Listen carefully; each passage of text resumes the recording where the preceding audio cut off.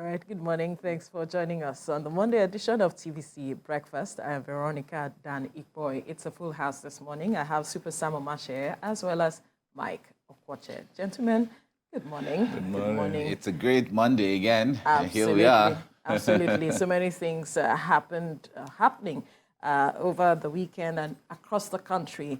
The talk about the Naira is still on. The Naira scarcity is still on. There's also the matter of the Chrisland school issue. But then again, we recall that the president had asked that Nigerians, give him 7 days to make a decision with regards to the redesigned notes.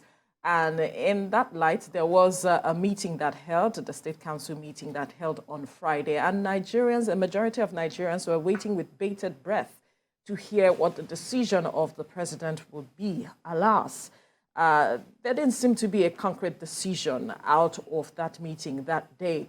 And it seemed that had plunged the majority of Nigerians in more confusion as to what was it going to be like moving afterwards. Now, the members of the State Council meeting who were there asked the CBN to either inject the old currency back into the system if it did not have the capacity to mint more notes.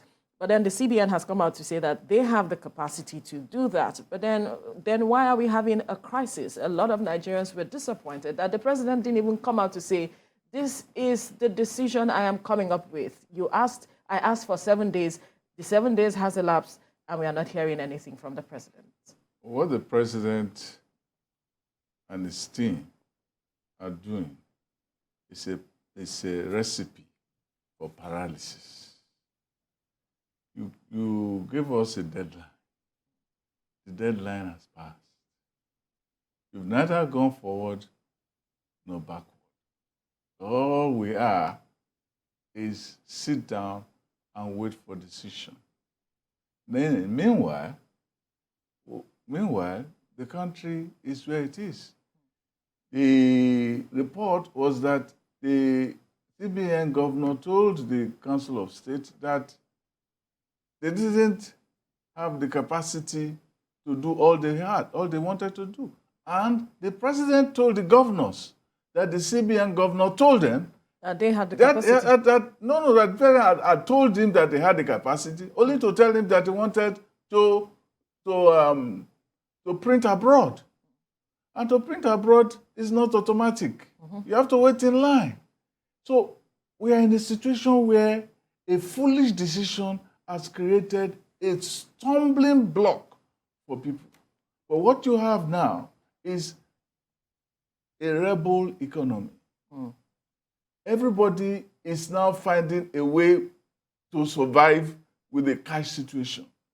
The old money is what everybody is working on now. The Kaduna State governor said, you guys should still work with your old money.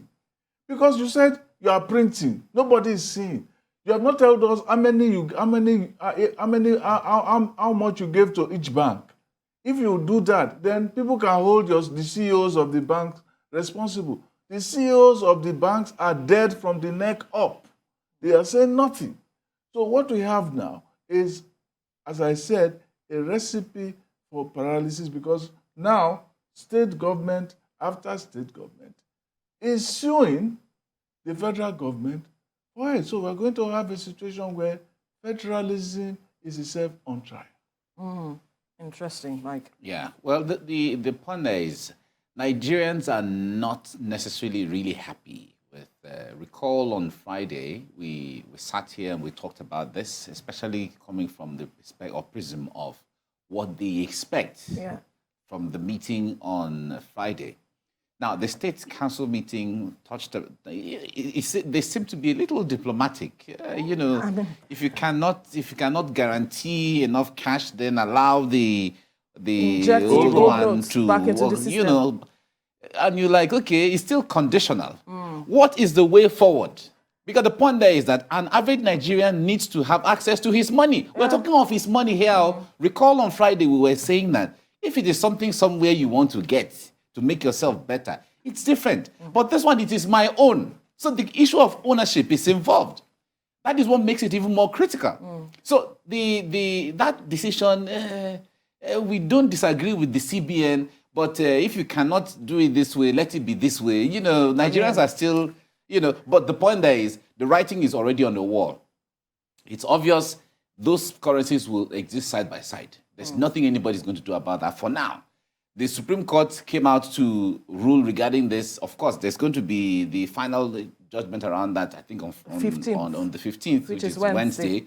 But the point there is we have seen the writing on the wall. In Kano, a supermarket was shut down by the governor. Yes. Just for rejecting old currency. Yes. Exactly. Yes. Like Sam mentioned earlier, Governor Rufai has told these people, see, go about your normal business. Don't mind anybody. Just, we are here to fight for you. That was why you elected us in the first place. So for now, go ahead, go and no panic. Go and use your old currency. Any currency you have, just use it. No panic. Just go back to your normal business.